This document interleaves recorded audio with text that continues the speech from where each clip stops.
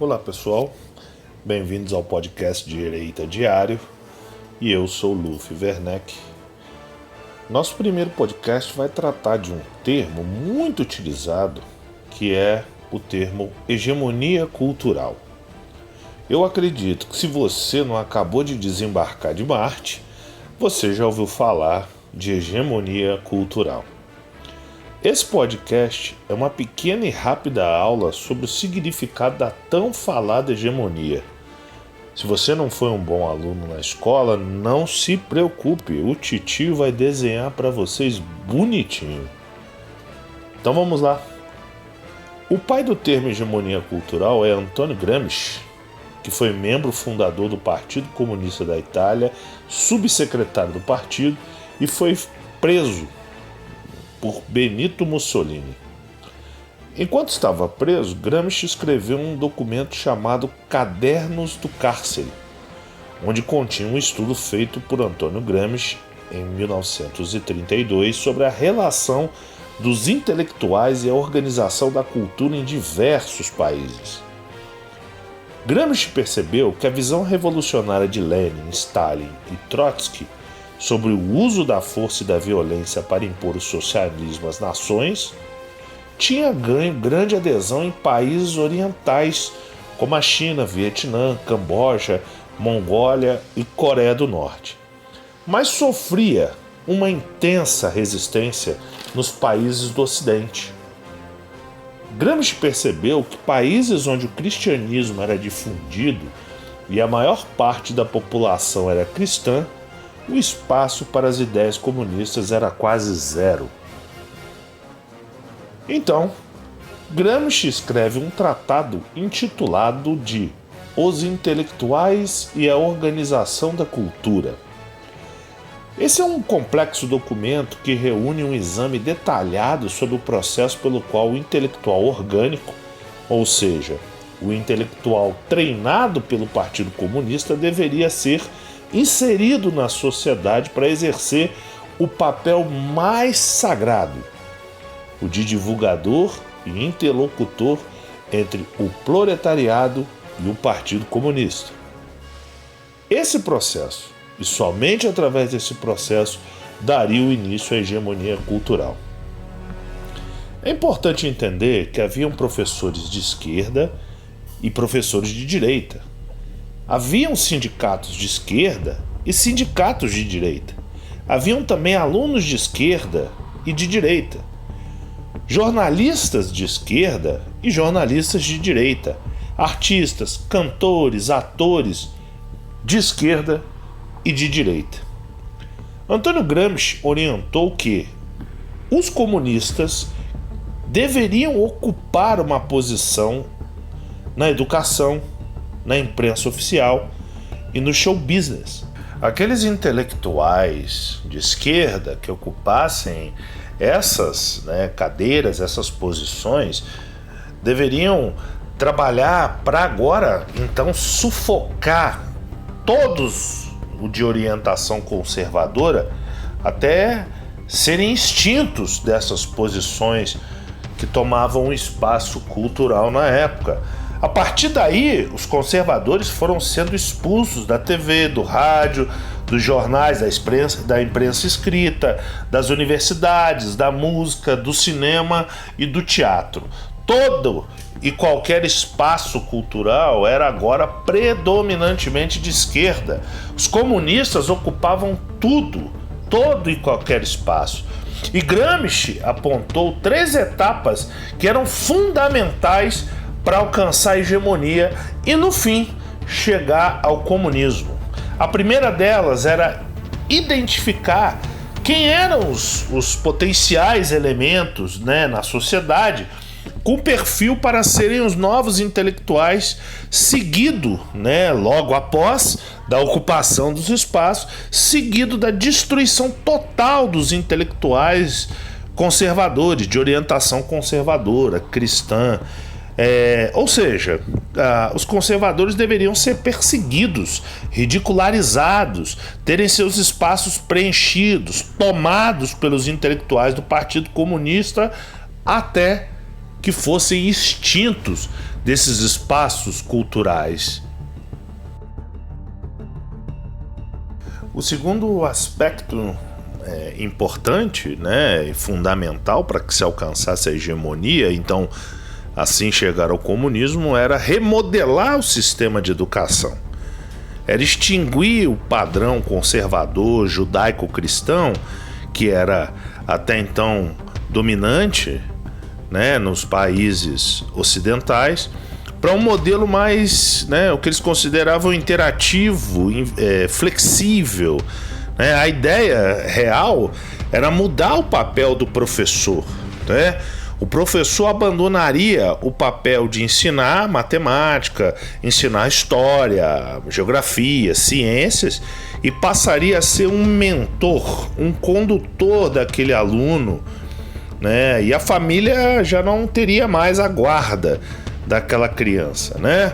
Agora era o Estado, era o Partido Comunista o detentor da vida dela. Então o professor deveria levar ela, caminhar com ela, ser o mentor, o condutor daquela criança para os ideais do Partido Comunista. E é por isso que você, muito provavelmente, tem visto coisas como ideologia de gênero. Você tem visto coisas, né? Uma outra curiosidade aqui importante é que Gramsci queria mudar o calendário, né, de datas comemorativas. Ele queria mudar os calendários e colocar, por exemplo, o dia de Lenin, né, o dia de Stalin, o dia em comemoração a Trotsky, a Pol Pot, a Mao Tse Tung. Então ele queria modificar também os calendários de datas comemorativas e extinguir datas como Natal, como Ano Novo, como Páscoa. Não sei se você sabe disso, se você percebeu, até o Dia das Mães e Dia dos Pais aqui no Brasil foi modificado, né, pelo governo do PT. Eles colocaram o Dia da Família, né, o Dia Mundial da Família, seja ela de que forma fosse feita, né? Para eles consideram que 2 homens e 2 mulheres, né, formam uma família, e extinguiram essas datas porque afirmavam ser datas difíceis, preconceituosas, né, que tinham a ver com a relação de ódio, né, eram LGBT-fóbicos e essas nomenclaturas que existem por aí. Foi substituída, por exemplo. Então, assim, a ideia de Gramsci era que aquela criança agora fazia parte do domínio do Estado. Era o Estado que mandava na vida dela, né? Era o Estado. Então, ela deveria comemorar datas ditas, né?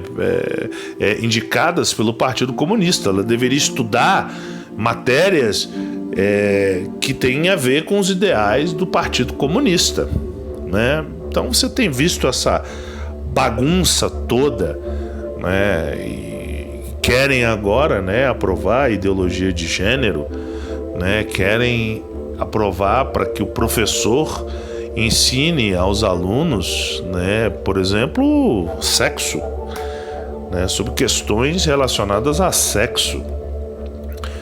Tudo vem dessa fundação, né, de um novo modelo, né, que Gramsci defendia e que até hoje os partidos de esquerda lutam para que esse tratado aqui, principalmente essa ideia que considerava Gramsci uma etapa fundamental, a remodelação do sistema de educação, tornava o professor o mentor daquela criança, o condutor daquela criança, deixava de ensinar as matérias básicas para ensinar ideais do Partido Comunista.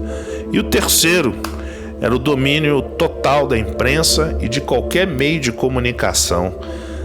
Essa era uma ideia muito intensificada na cabeça de Gramsci, porque ele achava que modificando a estrutura e inserindo apenas o que era considerado importante pelo Partido Comunista é que se alcançaria o comunismo. Ou seja, para Gramsci, a imprensa e os meios de comunicação, a TV, o rádio, o jornal impresso, a internet deveriam servir aos interesses do Partido Comunista e divulgar as ideias do Partido Comunista. E você deve estar percebendo também como é que a nossa imprensa é enviesada, ideologizada, né? Nós temos aí o nosso presidente do Brasil, Jair Messias Bolsonaro, foi eleito em 2018. E você vê como é que a imprensa ataca de forma ferrenha, ataca de forma vil, com mentiras, com fake news, né? Você vê títulos. Agora, essa semana, o Bolsonaro falou que não cederia a pressões. Isso, né, não interessava, né? Não abalava ele. E a imprensa vai lá e coloca como se ele tivesse dito que ele não se importa com as mortes, né, ocasionadas pela Covid-19. Então é uma imprensa que serve a um propósito, aos esquerdistas, aos ditos progressistas, mas que a gente não tem que chamar de progressista, é comunista mesmo. E é isso que a gente tem visto hoje. Então eu espero, né, que aqui eu tenha de uma forma rápida, de uma forma sucinta, explicado para você o que é hegemonia cultural. E por que é importante saber disso? É importante saber disso para a gente saber com que tipo de inimigo a gente está lidando e quais são as estratégias desse inimigo. É importante que a direita se organize numa militância e principalmente alcançar o meio cultural de tal forma a reverter. E isso não é uma garantia, né? Talvez leve anos e anos, talvez leve décadas para a gente alcançar essa modificação. Mas que Deus nos abençoe. Espero ter ajudado. Até a próxima.